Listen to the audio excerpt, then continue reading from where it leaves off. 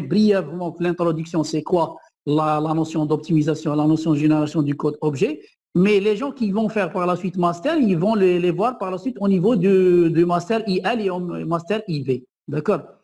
Donc, dans notre cas, jusqu'à maintenant, on va étudier seulement les trois phases, l'analyse lexical, syntaxique et sémantique. Et j'ai donné quelques références que vous pouvez les utiliser pour voir le cours, le compilateur. Il y a trois références les plus importantes et vous pouvez trouver même au niveau de l'Internet. Vous pouvez télécharger. Même nous, dans notre cas, moi et Mme Boukala et Mme Khallaf, les deux sections, on est en train de rédiger un polycope jusqu'à maintenant, puisqu'on a utilisé latex. Et latex, il est compliqué un petit peu. On va l'imprimer par la suite. Il va être déposé au niveau de la bibliothèque centrale de l'université. D'accord. Maintenant, ça, c'est le plan du cours qu'on va avoir. D'accord. Et donc là, je vais commencer par le chapitre 0, qui est une introduction à la compilation. Et j'ai envoyé hier le chapitre 0 concernant l'introduction à la compilation. D'accord. Est-ce que c'est bon jusqu'à maintenant? Est-ce que vous avez des questions? Quand vous avez des questions, il faut les poser ou là, il faut m'arrêter quand il y a un problème de son ou là vous ne comprenez pas pour expliquer brièvement. D'accord. Est-ce que c'est bon jusqu'à maintenant? Est-ce que c'est bon? Est-ce qu'on va devoir utiliser Assembler? Répétez votre question. Est-ce qu'on va devoir utiliser Assembler? Un assembleur? Oui, le langage. Bien sûr, parce que c'est un langage qui est proche du langage machine. D'accord? Donc, puisque la machine, elle connaît qu'un langage machine. On ne peut pas utiliser un autre langage différent d'un langage machine. C'est pour ça qu'on va voir c'est quoi la notion de compilation par la suite. Le principe de la notion de compilation. C'est-à-dire, on va voir par la suite qu'on va transformer un langage de haut niveau vers un langage exécutable par la machine. Puisque la machine ne comprend pas tous les langages qui existent dans la réalité. Elle comprend que les langages machines. Et donc, de préférence, au niveau du forme intermédiaire, on utilise génération du code objet, c'est le langage le plus bas et qui se ressemble vers le langage machine. D'accord? D'accord, merci. D'accord, puisque je vais expliquer par la suite ça, parce qu'en réalité, on va voir c'est quoi la notion de compilation, pourquoi on appelle le compilateur ou la compilation. D'accord? Donc, je vais commencer par l'introduction à la compilation. Vous savez qu'au début de l'informatique, les langages, les programmes, il était écrit en langage binaire, ça veut dire une suite de chiffres 0 et 1. D'accord? Et maintenant, si on va écrire un programme en utilisant des suites de 0 et 1, vous voyez on va voir un langage on va avoir un programme qui n'est pas lisible, et en même temps, si on va avoir des erreurs au niveau du langage, on n'a que des suites de 0 et 1, il est impossible ou presque difficilement de détecter des erreurs au niveau d'un programme qui est écrit ensuite de 0 et 1. Supposons que je vous donne 20 feuilles et c'est un programme écrit dans 20 feuilles, il n'y a que des suites de 0 et 1. S'il y a des erreurs à l'intérieur, on risque de ne pas détecter les erreurs parce qu'il n'y a que des suites de 0. D'accord?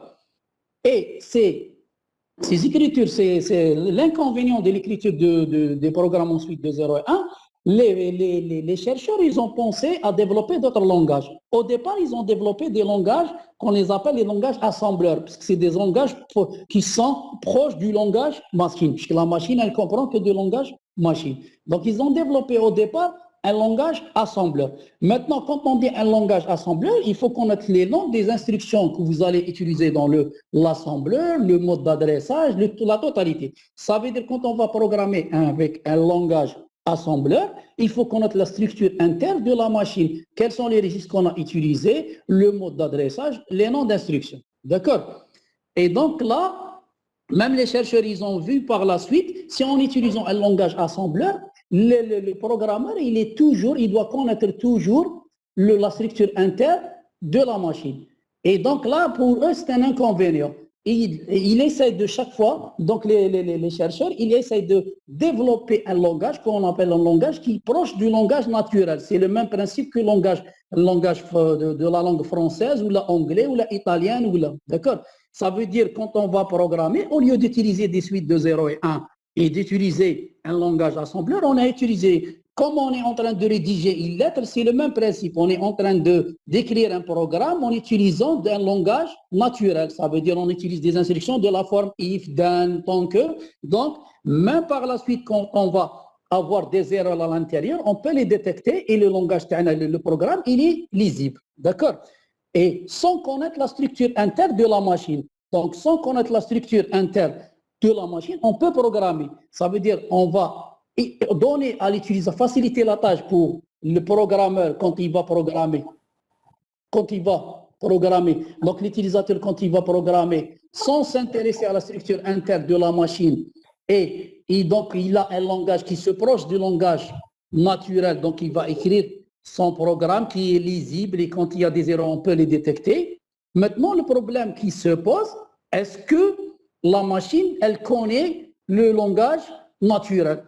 Là, le problème qui se pose, la machine, elle connaît que le langage machine. Elle ne connaît pas un langage de haut niveau, un langage naturel. Et donc ça, c'est un problème. Et donc pour résoudre le problème, donc comment on va résoudre le problème? C'est de transformer, donc on a au départ un programme écrit en langage de haut niveau vers un langage exécutable par la machine, acceptable par la machine. Et donc le processus de transformation d'un langage de haut niveau vers un langage exécutable par la machine, on l'appelle la compilation ou le compilateur. D'accord? Est-ce que c'est bon jusqu'à maintenant? Est-ce que c'est bon, s'il vous plaît? Est-ce que c'est clair? Vous voyez maintenant, c'est la notion de compilation, la notion de compilateur. D'accord? Oui, monsieur. Donc là, même vous-même, vous pouvez développer un langage de programmation et vous donner à quelqu'un, il peut programmer avec ce langage de programmation. Mais il faut développer le langage de programmation. Vous avez la structure du langage de programmation Tacob. Il faut lui donner en même temps le compilateur. Et le compilateur, c'est quoi? C'est de transformer votre langage de programmation vers un langage exécutable par la machine.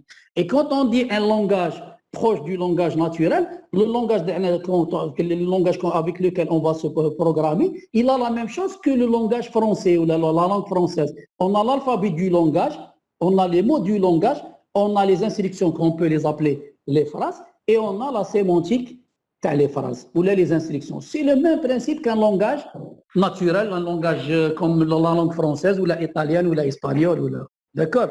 C'est bon?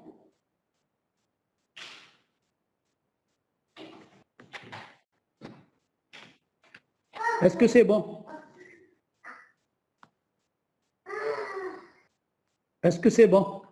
Oui, monsieur, pas de problème. D'accord, d'accord.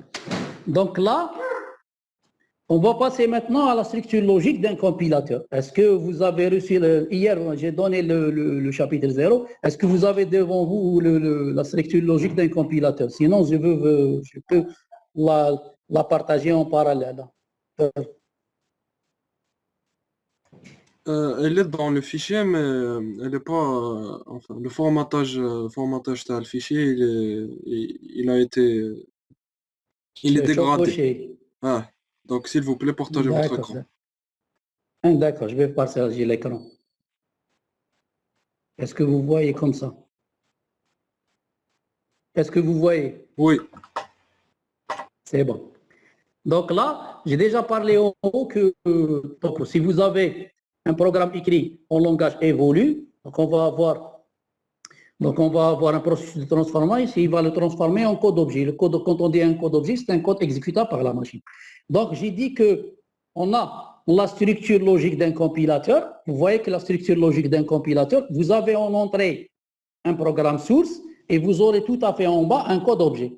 Et entre le programme source et le code objet, c'est ça qu'on appelle le compilateur. Donc vous avez au départ l'analyse syntaxique et lexicale, et par la suite vous avez l'analyse syntaxique, et vous avez par la suite l'analyse sémantique. La quatrième phase, c'est la phase d'optimisation, et la dernière phase, génération du code objet. D'accord? Donc le programme source, il va passer d'abord par l'analyse lexicale, par la suite par l'analyse syntaxique, par la suite par l'analyse sémantique, et il va passer par le module d'optimisation, et à la fin, il va passer par la génération du code objet, et vous avez deux modules. on va voir c'est quoi la table des symboles, et c'est quoi le module du traitement des erreurs. Ça, c'est pas des phases, c'est des modules utilisés par le compilateur. D'accord?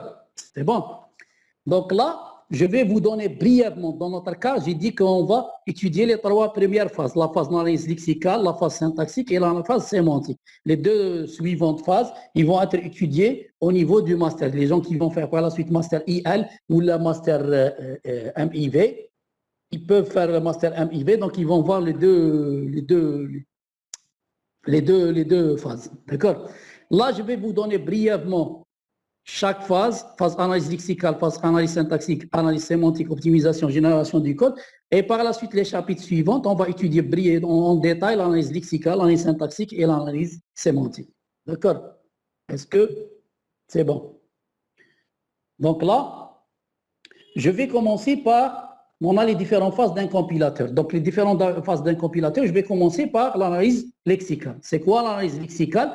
Donc, l'analyse lexicale, il va recevoir, donc on a un programme écrit dans un langage. J'ai dit que le langage, il est formé par un alphabet du langage, les mots du langage, les instructions, les phrases du langage, et vous avez la sémantique. Donc, la phase lexicale, elle va s'intéresser quoi? Elle va recevoir en entrée une suite de caractères, des alphabets du langage. L'analyse lexicale, il va faire quoi? Il va rassembler les suites de caractères sous forme de mots acceptés par le langage. D'accord? Et quand j'ai dit acceptés par le langage, ça, on va voir par la suite comment on va accepter les mots acceptés par le langage. Donc, on a les formes, les mots du langage acceptables. Donc, on va utiliser, on va voir en détail, on va voir en détail le chapitre 1, qu'on va utiliser des automates d'état déterministes simples pour reconnaître les mots d'un langage. D'accord? Et donc, parmi donc, l'analyse lexicale, il va recevoir en entrée une chaîne de caractères, il va rassembler les caractères sous forme de mots, il va vous donner en sortie que les mots qui sont corrects, qu'on les appelle les entités lexicales. C'est des mots corrects, on les appelle les entités lexicales. Parmi les entités lexicales qu'on peut avoir dans un langage de programmation, il y a les mots-clés ou les mots réservés, il y a les identificateurs, il y a les constantes, il y a les opérateurs. Parmi les opérateurs, il y a les séparateurs. Il y a les gens qui les appellent les opérateurs ou les séparateurs. Donc, on peut avoir, dans les opérateurs, on peut avoir les séparateurs, en même temps les opérateurs. Quand on dit les opérateurs, c'est le 4, le plus, le moins, d'accord? C'est bon? Est-ce que c'est bon? Est-ce que c'est bon? Oui. Donc là, je suis en train de donner une introduction brièvement, mais on va faire tout ça en détail. Chaque chapitre, il va détailler chaque phase. D'accord? Là, pour comprendre le principe BARC, et par la suite, on va détailler, parce qu'on va étudier les automates et comment écrire un programme en utilisant les automates, d'accord, pour reconnaître les mots d'un langage de programmation. D'accord? Ça, c'est pour la première phase. Donc maintenant, la deuxième phase, c'est la phase analyse syntaxique. Oui. Donc la phase analyse syntaxique. J'ai dit que l'analyseur lexical, il va recevoir une suite de caractères, il va les rassembler sous forme de mots, il va les donner en sortie, et ça seront l'entrée de l'analyseur syntaxique. Donc l'analyseur syntaxique, il ne reçoit plus des caractères, mais des mots, des entités lexicales. C'est des mots, il va faire quoi? Il va rassembler les mots sous forme de phrase ou sous forme d'instruction. D'accord? Là, on va connaître maintenant la forme des phrases, et c'est l'analyse syntaxique qui va vérifier la forme des phrases ou la forme des instructions. C'est le cas de le if. Si on prend le if, vous avez if condition, d'un, instruction, else, instruction. Là, l'analyseur syntaxique, les mots qu'il va recevoir en entrée de l'analyseur syntaxique, il faut trouver d'abord pour l'instruction if, le if, par la suite la condition, le then, l'instruction, le else et l'instruction, dans l'ordre. Sinon, il va vous dire que les mots en entrée, ils sont incorrects. D'accord? Il y a un chevauchement dans la position des mots.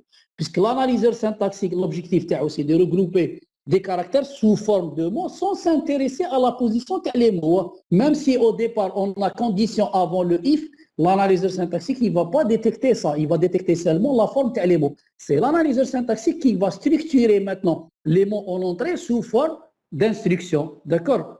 Et on va utiliser là la même chose. Là, on va utiliser des grammaires syntaxiques. Ça veut dire des grammaires syntaxiques. On va donner en entrée de l'analyseur syntaxique. On va donner en entrée de l'analyseur syntaxique et une chaîne. Si on arrive à construire en utilisant une grammaire syntaxique un arbre syntaxique, la chaîne en entrée, elle est correcte. Si maintenant on n'arrive pas à construire un arbre syntaxique pour la chaîne en entrée, la chaîne, elle est incorrecte. Donc, il y a un chevauchement quelque part pour les instructions. D'accord? Est-ce que c'est bon pour l'analyseur syntaxique?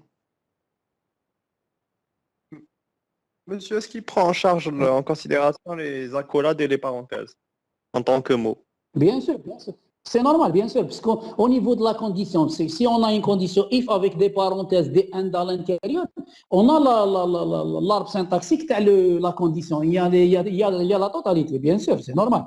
Il va prendre même en considération les blancs, puisqu'on va les voir au niveau de la partie, l'analyse lexicale, que les blancs par la suite, ils deviennent plus nécessaires. On va les éliminer au niveau de l'analyse lexicale. D'accord? D'accord, merci. Ce qu'on va voir, parce que c'est des grammaires syntaxiques, même pour la condition. La condition, on peut avoir n'importe quelle condition avec des parenthèses, avec des accolades, des trucs sous forme, puisqu'on aura la forme de la condition. Et la forme de la condition, elle sera utilisée en utilisant des grammaires syntaxiques. On va la vérifier en utilisant des grammaires syntaxiques. D'accord?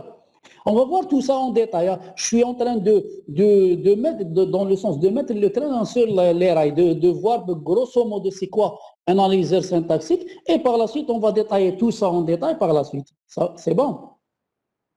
Est-ce que c'est bon? Oui. C'est bon. D'accord. Maintenant, la troisième phase, c'est la phase sémantique. Donc, l'analyseur syntaxique, il va faire quoi? Il va regrouper les mots sous forme de phrases ou d'instructions.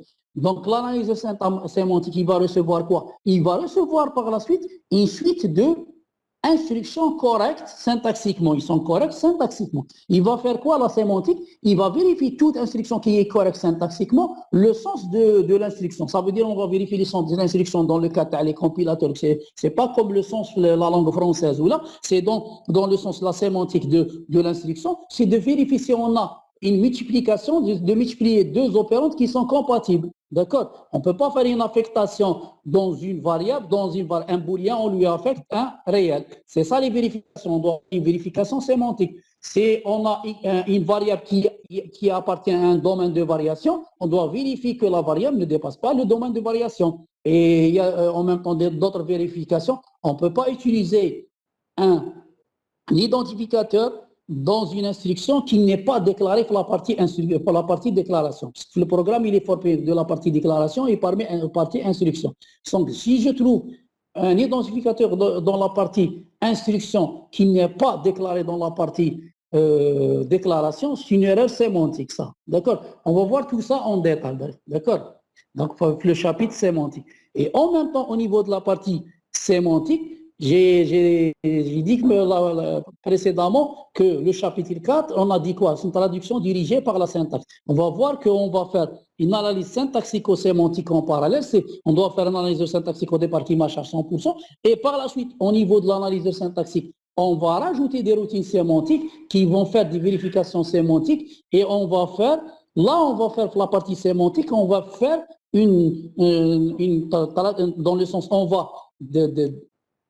dans le sens, on va générer un code intermédiaire. Comment on va générer un code intermédiaire? On va vérifier toute instruction qui est correcte syntaxiquement et sémantiquement, et on essaie de décomposer toute instruction complexe en instruction élémentaire en utilisant une des formes qu'on va voir dans le chapitre 3. Dans le sens, on va transformer instruction complexe sous forme d'instruction élémentaire en utilisant un code intermédiaire qu'on va voir dans le chapitre 3. D'accord? Ça, c'est pour la sémantique.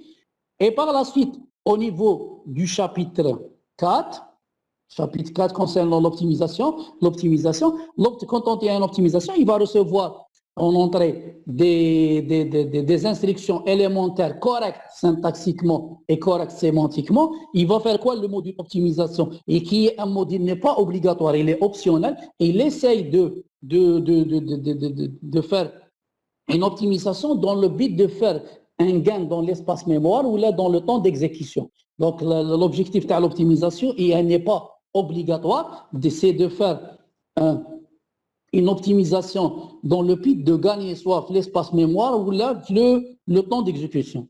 D'accord? On essaye de faire une optimisation, soit on a les instructions élémentaires, on peut les optimiser de telle manière à gagner soit l'espace mémoire ou là le temps d'exécution.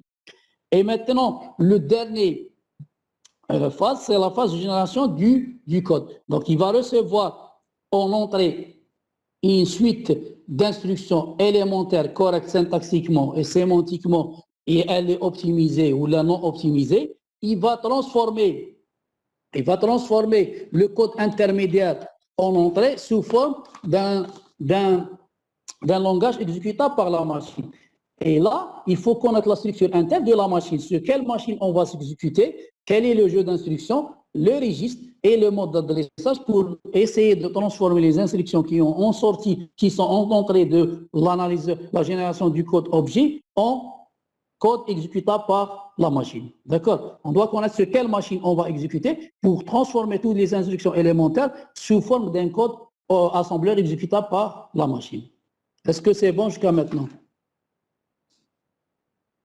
Est-ce que vous avez des questions? Oui, monsieur.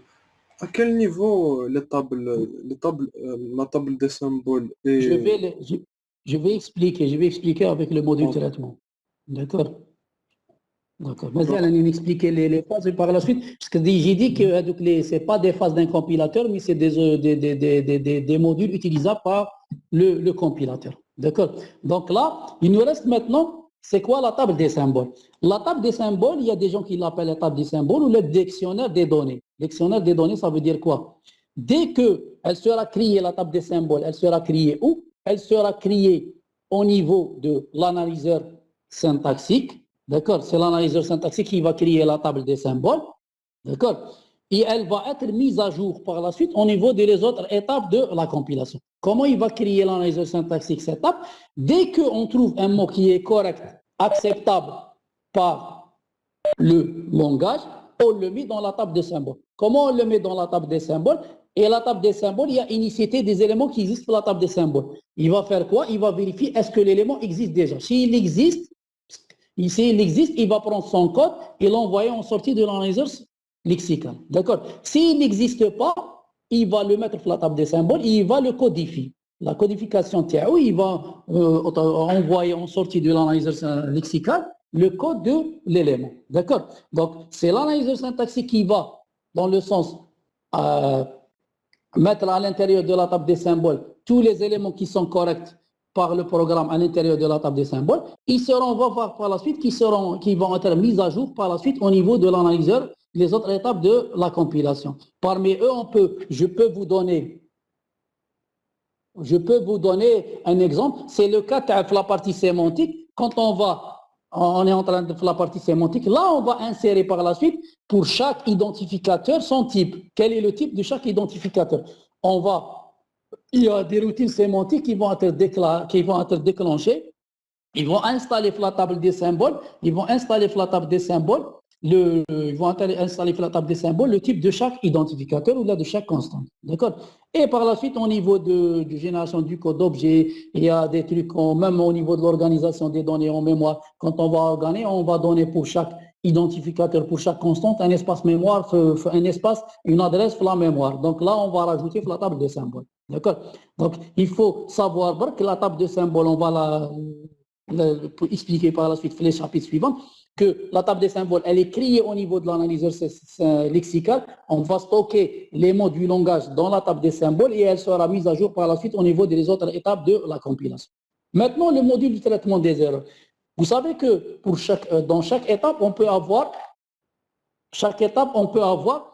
des erreurs, on peut avoir des erreurs au niveau de chaque étape. Dès qu'on a une erreur au niveau de n'importe quelle phase d'un compilateur, on envoie dans le traitement des erreurs, on envoie un message au niveau du traitement des erreurs. Le mode du traitement des erreurs, il va voir quel est le type d'erreur, et à quel niveau. Ça veut dire il va vous donner quelle est la position, quelle est la ligne et quelle est la colonne dans laquelle vous avez l'erreur lexicale ou la syntaxique ou la sémantique, et en même temps, quel est le type d'erreur? Soit une erreur de déclaration ou une erreur dans laquelle le mot il n'est pas acceptable par le langage, d'accord?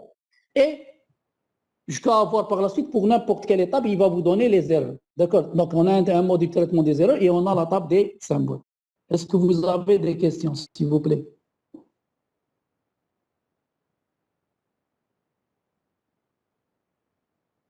Est-ce que vous avez des questions?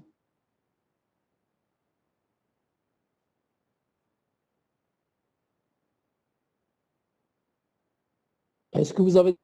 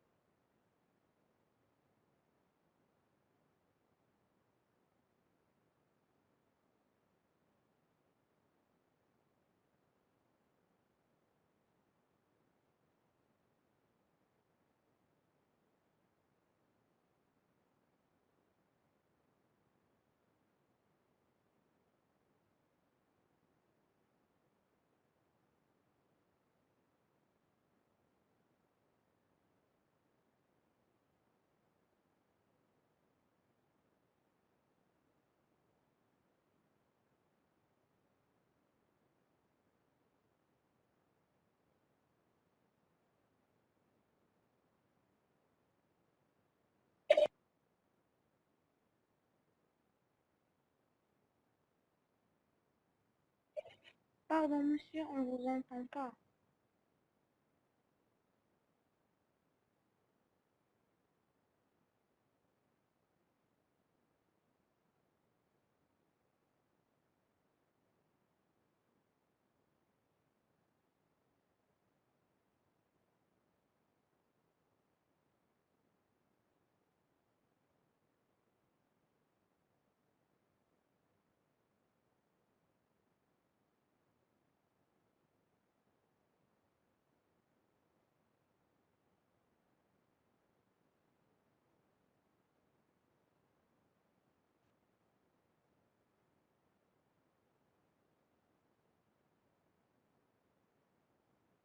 Est-ce que vous m'entendez, s'il vous plaît?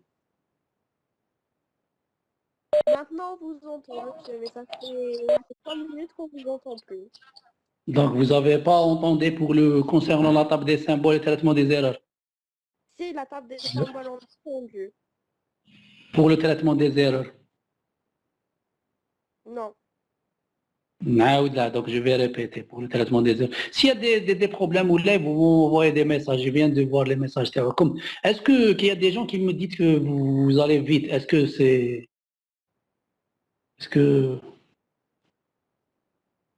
Est-ce que pour le rythme, est-ce que je suis en train de parcourir vitement ou là? Puisque là, c'est concernant une introduction en Barca.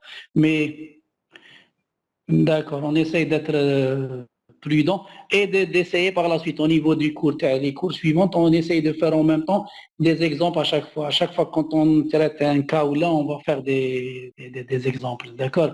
Si vous avez des problèmes, ça va maintenant, le son il est bon comme ça. Est-ce que ça va pour le son? D'accord. D'accord. OK. Maintenant, il y a le module traitement des erreurs. J'ai dit que pour le module traitement des erreurs, on peut avoir des erreurs à n'importe quelle étape de la compilation. soit la partie lexicale, syntaxique ou la sémantique ou l'optimisation ou la génération du code. Donc s'il y a des erreurs, on envoie un module qu'on appelle traitement des erreurs. Il va faire quoi le module?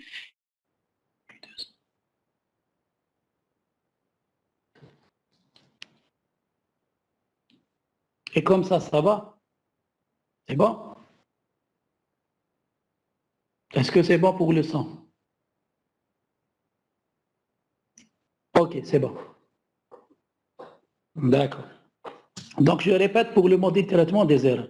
J'ai dit que pour le modèle de traitement des erreurs, on peut avoir des erreurs à n'importe quelle étape de la compilation, soit la partie lexicale, syntaxique, sémantique, optimisation du code ou la génération du code. Pardon, il y a des étudiants qui attendent d'être acceptés. Ah, d'accord. Ok.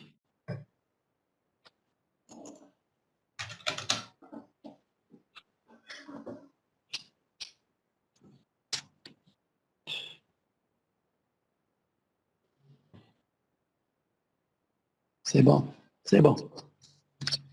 D'accord. Je suis en train d'accepter les étudiants. Parce que le WeBack, c'est pas le WeBack, c'est Tabab Zouara. Parce que Tabab Zouara, il est bloqué. Hein. On est en train de dépanner comme ça jusqu'à... Ils vont trouver une solution. Parce qu'on a un problème avec WeBack de l'année passée. Donc, soit on va utiliser soit ça, soit on va utiliser le Google Maps. D'accord? Google Meet, monsieur, s'il vous plaît. Oui. Google Meet est meilleur. Est-ce que je ne l'ai jamais utilisé? Même là, même Google Maps, On l'a utilisé. Vous donner des comptes jusqu'à maintenant. Jusqu'à maintenant, ils n'ont pas donné des comptes pour chaque enseignant. Mais là, hier, j'ai essayé d'entrer, de mettre Google Maps, parce que j'ai un problème en ce moment, j'ai mon portable la petite, elle m'a cassé l'écran. J'ai amené un autre. Il faut j'installe le Google Maps ou le truc à deux. On essaie de commencer peut-être la semaine prochaine avec Google Maps. Maintenant, on n'a pas des comptes donnés au niveau de WebZoar. Il faut créer des comptes et à chaque fois le compte HEDA qui doit être programmé pour chaque séance. D'accord? Je dois programmer pour chaque séance et vous donner le numéro d'accès. D'accord? On essaie de gérer ça par la suite. Hein. L'essentiel qu'on ne rate pas les cours, les TDT. Maintenant, on essaie de... D'accord? C'est bon? Est-ce que c'est bon? Oui. Oui. J'entends mal, s'il vous plaît. Oui. Il y a quelqu'un qui parlait, qui est en train de... Oui. Allô? Donc là, j'étais en train de vous expliquer le traitement des erreurs. Donc j'ai dit que le modèle de traitement des erreurs, et on peut avoir une erreur qui peut être soit dans la partie lexicale, syntaxique, sémantique, ou la partie d'optimisation, ou là, la phase génération du code objet. Si on a une erreur, on va envoyer un message vers le module de traitement des erreurs. Il va faire quoi, le module de traitement des erreurs, pour n'importe quelle étape de la compilation. Et il essaie de détecter quel est le type d'erreur, et à quel niveau, quel est le numéro de la ligne et le numéro de la colonne pour qu'il puisse envoyer vers l'utilisateur, vous avez tel type d'erreur, à quel niveau, vous avez au niveau de la colonne numéro ça et au niveau de la ligne ça, pour n'importe quelle phase de la compilation. C'est ça le principe de le module de compilation. C'est de détecter quel est le type d'erreur et à quel niveau, ça veut dire à quelle ligne et à quelle colonne, et il va envoyer pour l'utilisateur le type d'erreur. D'accord? Est-ce que c'est bon? Est-ce que c'est bon? Est-ce que c'est bon? D'accord. Maintenant, il y a à la fin, j'ai mis une petite remarque qui, dans la réalité, pour les compilateurs, il existe deux types de compilateurs. Il y a les compilateurs monopass et les compilateurs multipass. D'accord. Quand on dit un compilateur monopass, ça veut dire quoi? Que ça veut dire qu'on va traiter l'analyseur lexical à la génération du code objet en faisant une seule passe. On va avoir en entrée les chaînes de caractères, on détecte les mots. À chaque fois qu'on détecte les mots, qu'on les passe vers l'analyseur syntaxique, l'analyseur syntaxique, il détecte une phrase, il va l'envoyer vers l'analyseur sémantique, il va l'envoyer vers l'optimisation du code et vers la génération du code en une seule phase. Dans le sens, on va l'exécuter séquentiellement. Mais il y a des compilateurs, on les appelle des compilateurs multipasses, mais en réalité, ils sont faits en deux passes seulement. Deux passes, ça veut dire quoi? On va faire l'analyse lexicale, syntaxique, sémantique et optimisation de code dans une seule phase et la génération du code objet dans une autre phase. Ça veut dire on va exécuter l'analyse syntaxique, sémantique, analyse lexicale, syntaxique, sémantique et optimisation. On va dans le sens avoir un fichier. Un fichier il sera donné au générateur du code objet. Il va vous donner un code exécutable en sortie. Donc on a deux types d'un compilateur. Soit un compilateur monopass ou là un compilateur multipass, ça veut dire on l'appelle multipass, mais en réalité c'est à deux passes. La première passe, c'est de faire l'analyse lexicale, syntaxique, sémantique et optimisation. On va avoir un fichier. Le fichier, il va rentrer dans l'analyseur, la génération du code objet. Il va vous donner le code exécutable par la machine. Est-ce que c'est bon? Est-ce que c'est bon?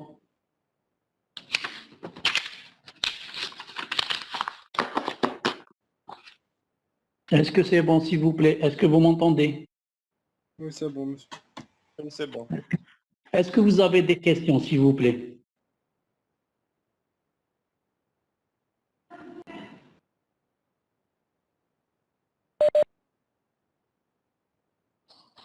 Oui.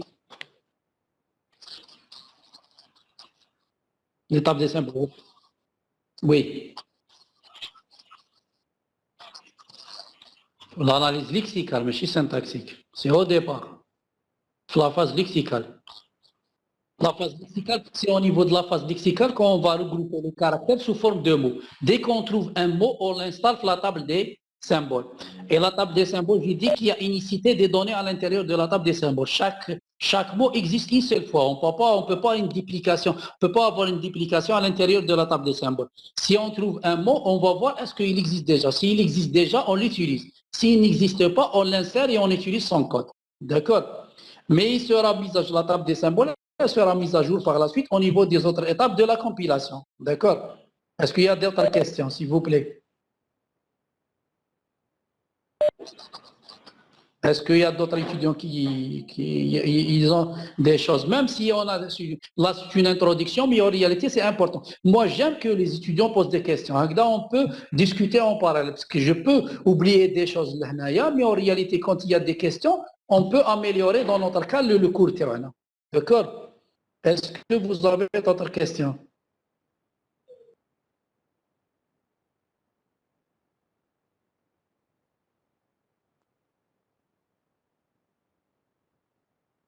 Est-ce que vous avez d'autres questions?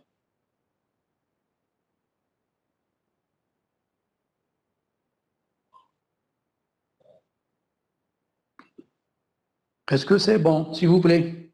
Oui, c'est bon.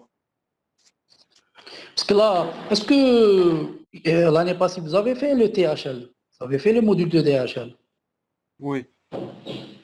D'accord, parce qu'on va utiliser des choses THL. Mais en réalité, je vais vous donner par la suite à chaque fois des rappels. Là, parce que l'analyse lexical, on va utiliser des automates déterministes simples. Je vais vous donner au départ la définition d'un automate déterministe simple, et puisqu'on va l'utiliser pour l'analyse lexical. Même au niveau des grammaires, même au niveau de la partie syntaxique, on va utiliser des grammaires syntaxiques. Je vais vous donner des définitions brièvement, parce que vous avez déjà fait des définitions des grammaires syntaxiques et en même temps les choses qu'on va utiliser dans les grammaires syntaxiques, la notion de récursivité, la factorisation et les trucs. D'accord, parce qu'on va les utiliser. C'est obligatoire. Parce que l'analyseur syntaxique, il va être développé en utilisant l'analyseur syntaxique, en utilisant des grammaires syntaxiques. Est-ce que vous avez d'autres questions, s'il vous plaît?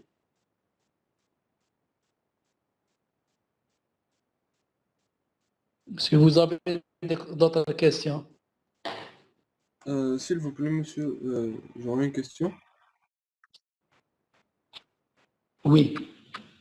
À quoi sert la phase de génération du code intermédiaire? Ben, le code intermédiaire, donc on l'utilise. C'est pas la phase code intermédiaire. C'est au niveau de la sémantique, on va en même temps vérifier la sémantique des instructions et on va décomposer une instruction complexe sous forme d'instruction élémentaire. D'accord? C'est le cas, si on va voir le cas, on va voir les quadruplés. Je sais pas, est-ce que je peux partager, mais comme j'ai pas, il faut l'écrire. Je sais pas, est-ce qu'on peut directement inverser le caméra. Si on va prendre la notion telle quadruplée. Alors, la notion de quadruplé, quand on dit la notion de quadruplé, forme intermédiaire, elle est formée de quatre champs. On va voir qu'elle est formée de quatre champs. Le premier champ, c'est l'opérateur. Le deuxième champ, c'est la première opérante. Le troisième champ, la deuxième opérante. Et le quatrième champ, c'est le champ résultat. D'accord? Si on a une instruction de la forme A plus B multipliée par C, d'accord? Cette instruction, pour moi, A plus B multipliée par C, elle est complexe. Elle va être décomposée en quadruplé de la multiplication plus un quadruplé de l'addition. Ça veut dire une instruction complexe, elle sera décomposée en instruction élémentaire. Ça veut dire comment je vais décomposer ça? Cette instruction A plus B multipliée par C. Parce que la multiplication, elle est prioritaire. On doit faire d'abord la multiplication de B fois C, par la suite additionner le A. D'accord? Donc, je vais créer un quadruplé de la multiplication de B, C, et le résultat, il sera dans un temporaire T1. D'accord? Par la suite, on va faire l'addition de A avec T1, il va vous donner le résultat dans T2. Vous voyez que j'ai décomposé l'instruction A plus B multiplié par C en deux quadruplés. Et les quadruplés, ça, on les appelle des formes intermédiaires. Ils deviennent des instructions élémentaires. Est-ce que c'est bon? Brièvement, parce qu'on va voir tout ça en détail. Hein. Est-ce que c'est bon pour l'étudiant qui va... Là, on va voir les formes intermédiaires. On a plusieurs formes intermédiaires. On a la forme postfixée, la forme du quadruplé, la forme du triplé. On a même l'arbre abstrait. L'arbre abstrait, c'est le plus utilisé pour la compilation puisqu'il est proche de l'arbre syntaxique. D'accord?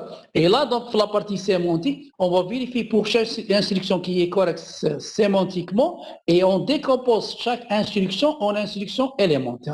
D'accord? Pour aider par la suite la génération du code objet de faire directement la transformation d'une forme intermédiaire directement vers un code exécutable par la machine. Parce que vous voyez que quand je dis la multiplication de A de B fois C, il est dans le temporaire. Si on va transformer ça en utilisant un assembleur, c'est quoi? C'est mult, on va faire quoi? L'opérant 1, il sera dans l'accumulateur. On va faire la multiplication en utilisant l'instruction mult, on va mettre l'accumulateur, on a déjà le B, on va mettre mult C, il va faire quoi? Il va multiplier B dans C, et le résultat, il sera dans l'accumulateur. Vous voyez qu'il y a une transformation simple à faire de passage de l'instruction élémentaire vers une instruction exécutable par la machine. Est-ce que vous avez d'autres questions?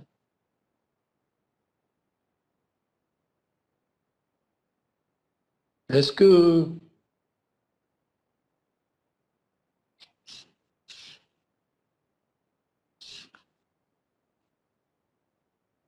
Est-ce que c'est bon? S'il vous plaît. Oui, monsieur. Est-ce que vous avez d'autres questions?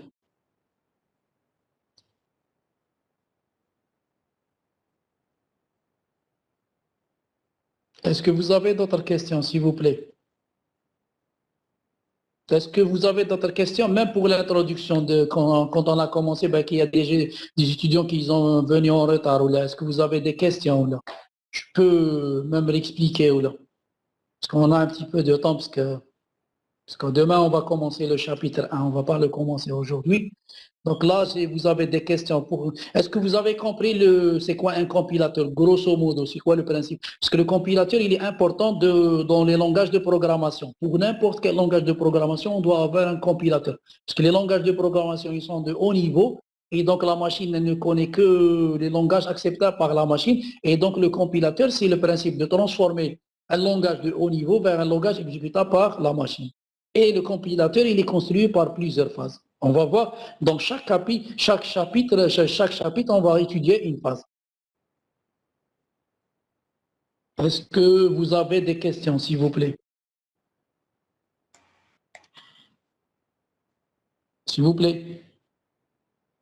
Est-ce que vous avez des questions? Vous nous avez parlé des langages de programmation. Est-ce que c'est tous les langages de programmation, enfin, tous les langages compilés qui adoptent la même structure pour leur compilateur? Alors, est-ce que le compilateur C ou le compilateur Java ou le compilateur C++? C'est pas la même chose.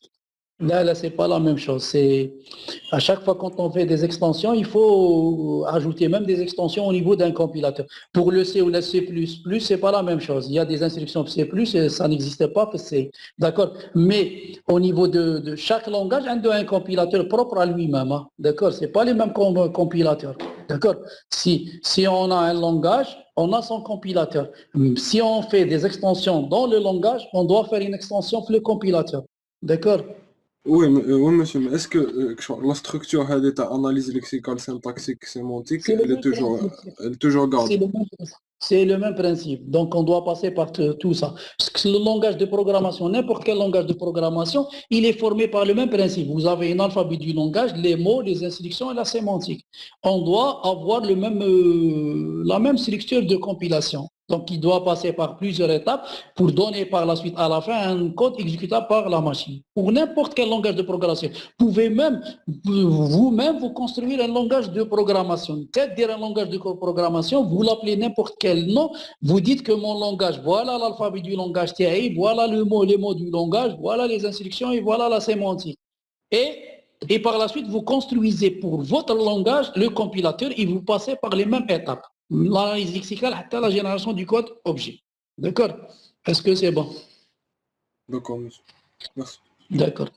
Mais donc, même si vous m'avez dit que le compilateur est le C et le C++, et le C++, ou là, c'est pas la même chose. Parce qu'il y a des trucs à ajouter au niveau de C++, ils ne sont pas connus par le compilateur est le C. Donc, automatiquement, quand on fait des extensions dans un langage, il faut rajouter les extensions au niveau du compilateur.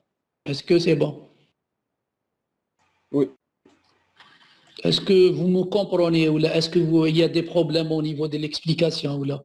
Est-ce que vous avez des remarques à faire de préférence avant d'avancer plus que ça? Est-ce que pour les étudiants, pour tout le monde, est-ce que vous avez des remarques puisqu'on va utiliser dans le sens on va utiliser, on va faire l'école en ligne, donc automatiquement on a un petit problème pour les lignes, mais en réalité on essaie de faire de notre mieux, et donc il faut nous aider tout mécanique. Si vous avez des problèmes, il faut les signaler, et donc si vous avez des problèmes ou là, est-ce que c'est bon pour aujourd'hui ou là vous avez des problèmes? Quelques remarques pour ne pas répéter les mêmes problèmes à partir de demain. Comment sera organisé le TP, monsieur? Le TP Le TP, aucune idée jusqu'à maintenant, parce que même au niveau de la section Télécom, je crois, mais il n'y a pas d'assistant. On va voir pour les assistants. L'année passée, on va vous donner dans le sens, un projet à réaliser. Et donc, dans le sens, on va utiliser le Flex ou le Bison. On va vous donner même le manuel Flex ou le Bison. Ils vont vous donner par la suite, je crois, pour les assistants de Paris, donc, ils vont vous donner brièvement c'est quoi c'est Flex ou Bison. Et par la suite, ils vont vous aider pour la suite, pour la construction, dans le sens le TP, puisqu'on va vous donner un langage, c'est le même principe. On va vous donner le langage, vous allez dégager l'alphabet du langage, les mots du langage et les instructions, et on va utiliser Flex. Flex, on lui donne la forme, les mots, il va vous donner l'analyse lexical. C'est lui qui va vous donner l'analyse lexical. Ou au niveau de Bison et qu'on lui donne la forme des instructions, il va vous donner l'analyse syntaxique en sortie. Et vous allez les utiliser pour exécuter le travail TACOM. D'accord? Et vous serez aidé par l'assistant à l'ETP. Pour le cas les TD, je vais vous envoyer la série d'exos. Vous essayez de voir la série d'exos, vous préparez, et par la suite, je vais faire la correction, même la correction, je vais l'envoyer quand on va faire le jour la correction, le jour même, je vais vous envoyer la correction les exos, on va les faire ensemble, et je vais vous envoyer en même temps la correction pour la revoir. D'accord? Mais pour le TD, il faut essayer je vous envoie d'abord la série d'exos avant de commencer le TD, essayez de préparer la série d'exos et on essaye de travailler ensemble. D'accord? Est-ce que c'est bon? Est-ce que vous avez d'autres remarques? Est-ce que vous avez d'autres remarques, s'il vous plaît?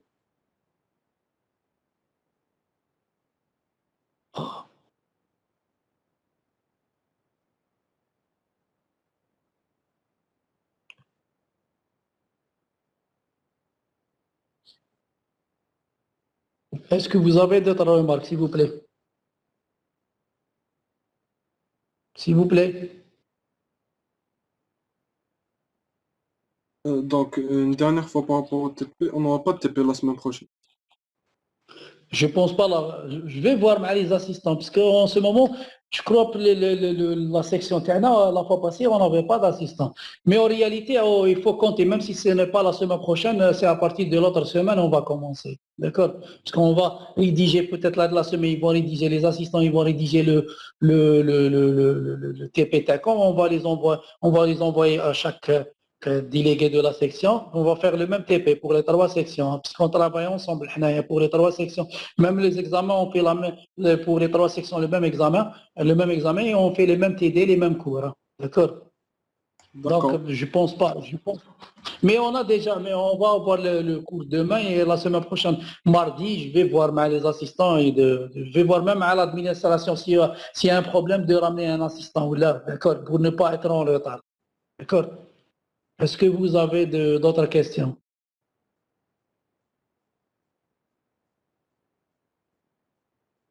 Est-ce que vous avez d'autres questions, s'il vous plaît? S'il vous plaît. C'est bon. Merci, monsieur. C'est bon pour tout le monde?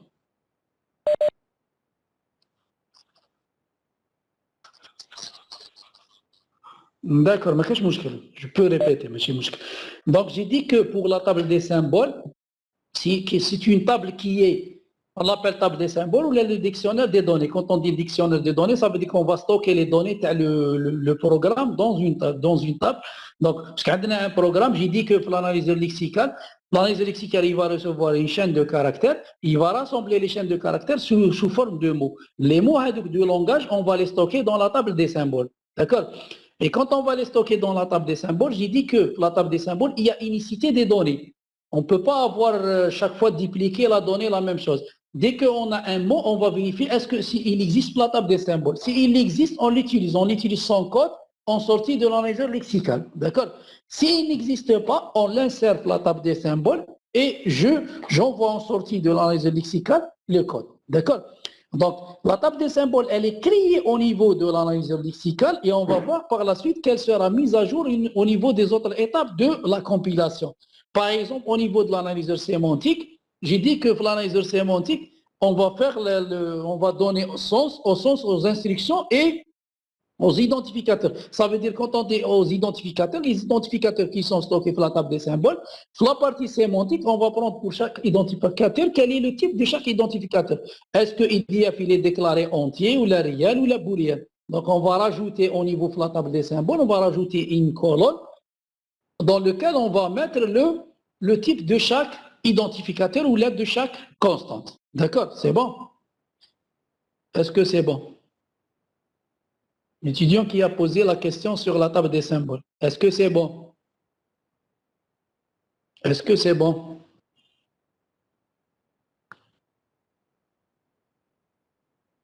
Est-ce que vous avez d'autres questions, s'il vous plaît? Est-ce que vous avez d'autres questions?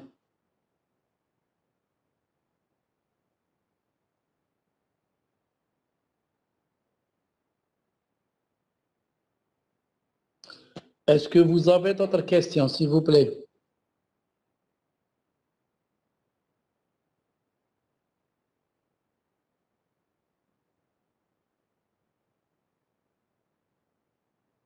La première séance, la prochaine séance, c'est demain. C'est demain à 9h40. Hein. On a un cours à 9h40 demain. D'accord. Je vais vous envoyer ce soir le lien. D'accord. Le lien, on va utiliser la même chose, peut-être le Webex, en attendant de débloquer la situation avec le Google Meet. Parce qu'en réalité, je travaille avec mon portable maintenant. Je ne travaille pas avec un micro-ordinateur. Parce que j'ai un problème pour le micro. Donc, je dois installer, j'ai ramené un autre micro, je dois installer le Google Meet et le truc. Et par la suite, peut-être la semaine prochaine, on va commencer avec Google Meet. C'est bon. Donc demain on aura demain on aura on va commencer le chapitre 1 concernant l'analyse lexicale. Je vais vous envoyer juste après je vais envoyer au délégué pour partager le chapitre 1 concernant l'analyse lexicale pour qu'on puisse travailler ensemble en parallèle demain. D'accord, parce qu'on va les utiliser pour travailler demain. D'accord. Donc demain à 9h40 et je vais vous envoyer ce soir je vais vous envoyer le lien pour rentrer demain au niveau de la séance. D'accord? Est-ce que vous avez d'autres questions?